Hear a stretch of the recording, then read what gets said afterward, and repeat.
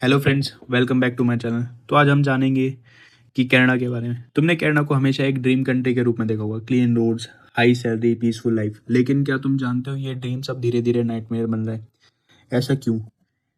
चलिए यही जानते हैं। पार्ट वन हम बिगनिंग से स्टार्ट करेंगे। ऐसा हो, इसका रीज़न क्या है?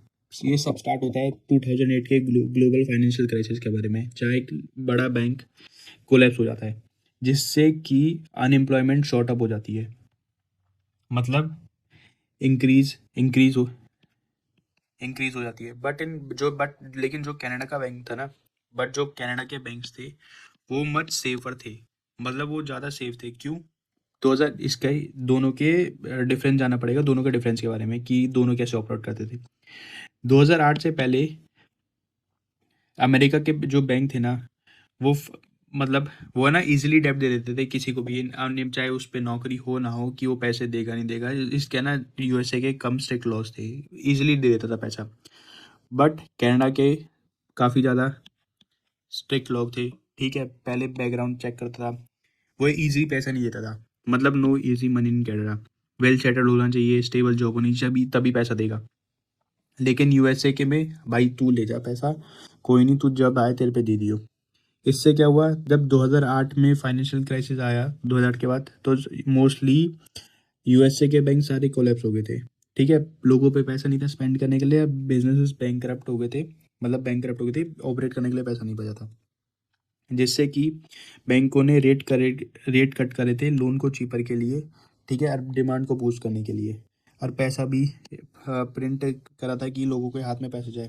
बट यूएस की इकोनॉमी को ना इससे पूरा एक रीसेट चाहिए था।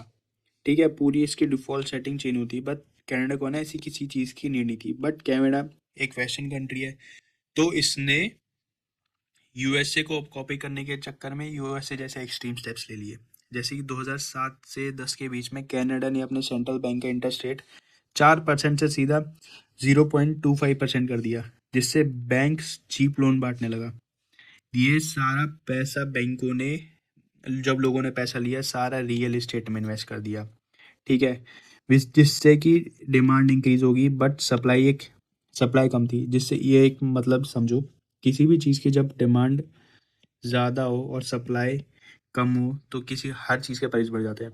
तो जो प्रॉपर्टी थी ना कनाडा में, सारे प्रॉपर्टी के प्राइस स्काई रॉकेट हो गए भाई साहब, बहुत ज़्यादा बढ़ गए थे। जिससे कि हाउसिंग प्रॉब्लम स्टार्ट हुई। अब इसके सेकंड पार्ट में चलते हैं कि ये हाउसिंग प्रॉब्लम है क्या। Part two, housing problem. जैसे कि बैंक चीप लोन बांटने लगा, लोगों के पास पैसा आने लगा काफ़ी ज़्यादा। इन्होंने अपने बिजनेस को स्टार्ट करने की जगह सारा पैसा प्रॉपर्टी में इन्वेस्ट करने लगे। जिससे कि जो जीडीपी का ना मेजर प्रपोर्शन रियल इस्टेट का है कनाडा में, ना कि मैन्युफैक्चरिंग हेल्थ के लिए। रियल इस्टेट ज़्यादा प्रपोर्शन रखता अपने पास जीडीपी, कनाडा की जीडीपी का।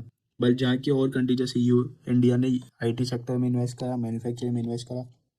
यूएसए में गूगल जैसे, चैट जीपीटी जैसे जाइंट बने। चाइना ने भी अपना मैन्युफैक्चरिंग बनाया, अब जैसे एप्पल का, टेस्ला का। बट कनाडा ने गलती क्या की, सारी इन्वेस्टमेंट प्रॉपर्टी में डाल दी, मतलब रियल इस्टेट में। जिससे कि, और मेन दिक्कत क्या थी, मेन दिक्कत और इसमें मेन दिक्कत क्या थी, जो मैक्सिमम हाउस थे ना, इन्वेस्टर करते थे होल्ड, और स्मॉल लैंडलॉर्ड्स जो अपने ना कोई नया हाउस नहीं बनाते, जो ओल्ड कोई रेंट या रिनोवेट करके रेंट पे चल रहे थे। जिससे कि मार्केट में ना कोई नया हाउस ऐड नहीं हो रहा था। जिससे कि लोगों पे पास पैसा था, डिमांड बढ़ रही थी, लेकिन सप्लाई बहुत ज़्यादा कम थी। जिससे कि एक वॉरेस्ट प्राइस बूम आया। जैसे कि हाउस प्राइजेस इंक्रीज हो गए, जो कि कनाडा के हाउस यूएस से, यूके, ऑस्ट्रेलिया से भी ज़्यादा थे। जैसे कि लोगों पे रहने की, घर की बहुत दिक्कत थी, या अफोर्ड नहीं कर पा रहे थे। और तीसरी दिक्कत क्या है कनाडा में रहने की, high cost of living. Prices ज़्यादा हैं और तनख्वाह बहुत, वेजेस बहुत कम है। मैक्सिमम पीपल जो क्या करते हैं, मैक्सिमम एंटायर इनकम सारी उनकी जितने भी एक बेसिक एक्सपेंस में चली जाती है। सपोज करो, एक इंडियन एग्जांपल दे दूँ, अगर आप 60 लाख रुपए कमाते हो, मैं कैनेडियन डॉलर में नहीं बता रहा, एक रुपीज़ में बता रहा हूँ, एक इजी एग्जांपल कि आप समझ सको। अगर 60 लाख आप साल के कमाते हो, तो मतलब साल में 12 महीने थे, तो 5 लाख पर मंथ कमाते हो। आफ्टर टैक्सेस के बाद आपके हाथ में 4 लाख पर मंथ। इसमें से आपका चला जाएगा 1.5 लाख रुपए। 4 लाख में से बचा कितना? 2.5 लाख। अब 2.5 लाख में आपको आपका ट्रांसपोर्ट भी करना है, चिल्ड्रन भी मेंटेन करना है, ठीक है, और भी अदर खाना पीना सब कुछ आपको 2.5 लाख में करना है, बहुत, जो कि एक कनाडा के स्टैंडर्ड ऑफ लिविंग के हिसाब से बहुत कम है। और ये मैंने एक मिडिल क्लास का फैमिली लिया, कोई रिच आदमी का नहीं, कि एक जो हम आदमी जैसे। इसमें 27% लोग हैं ना can taking loans to recover monthly needs. इसमें ये बताना जा रहा है कि जो 27% कैनेडियंस है ना, वो अपने बेसिक नीड्स जैसे स्कूल खाना पानी को भी कवर करने के लिए लोन ले रहे हैं। इतनी बड़ी दिक्कत है कनाडा में ये। तो पार्ट 4 मेन क्या था? इमिग्रेशन। और भी मेन चीज़ कवर करी है, जैसे जिससे हाई हाउस रेंट और प्राइस की वजह से ना, हाई कॉस्ट ऑफ लिविंग, दोनों को मिला के लोग बच्चे कम पैदा कर रहे हैं, क्योंकि भाई पालना बहुत मुश्किल है आज की डेट में। और जो ओल्ड कैनेडियंस है ना, वो वर्क वो रिटायर हो रहे हैं, ठीक है, उन पर ना काम करने के लिए लोग नहीं है। तो कनाडा इस चीज़ को सॉल्व करने के लिए ना इमिग्रेशन कर रहा है, मतलब बाहर के लोगों को अपने देश में बुला रहा है, बट एक फास्ट तरीके से। न्यूयॉर्क टाइम्स के अकॉर्डिंग ना, कनाडा ने ना 1 मिलियन पीपल इमिग्रेशन से ऐड करें अपनी कंट्री में।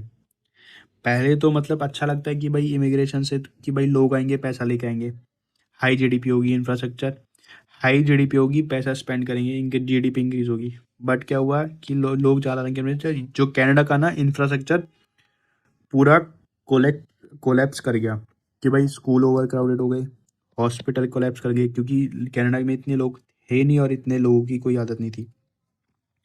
और कोई कनाडा में ना खास जॉब्स खुले वाले नहीं, जैसे टेक, डॉक्टर, फाइनेंस, ठीक है, और जॉब्स करनी पड़ती है, टफ एग्जाम होते हैं, स्ट्रिक्ट रूल्स की वजह से ये कोई जॉब भी नहीं मिलती। कनाडा में बेसिकली ना कोई भी टैलेंट की वैल्यू है नहीं। अब अगर आप कनाडा जाना चाहो तो सोचो भाई मैं डॉक्टर हूँ, मेरे को आराम से आसानी से जॉब मिल जाएगी, ऐसा कुछ भी नहीं है, बस वेस्ट ऑफ टैलेंट है। बट ऐसा क्यों? क्योंकि डॉक्टर्स को टफ एग्जाम होंगे, कोई सबकी अलग अलग कंट्री के सब अलग अलग क्राइटेरिया होते हैं। आप ये नहीं कह सकते भाई इंडिया में अगर मैं डॉक्टर बन गया तो मैं कनाडा में जाके जॉब मिल जाएगी, आपको वहाँ पे भी जाके एग्जाम करना पड़ेगा, उनकी कंट्रीज की रिक्वायरमेंट को फुलफिल करना पड़ेगा, स्ट्रिक्ट रूल्स। फाइनेंस में अगर आपको कुछ भी आसानी से नहीं होने वाला। इससे बढ़िया, सबसे बढ़िया भाई इंडिया में रहो। अगर आप कनाडा जाते हो, अगर कोई आपका दोस्त कनाडा जाना चाहते हो, पहले वो इस वीडियो को ज़रूर देखे कि भाई दूसरी कंट्री में क्या दिक्कत हो रही है। अगर आपको ये वीडियो अच्छी लगी तो अपने दोस्तों के साथ शेयर करें, लाइक करें।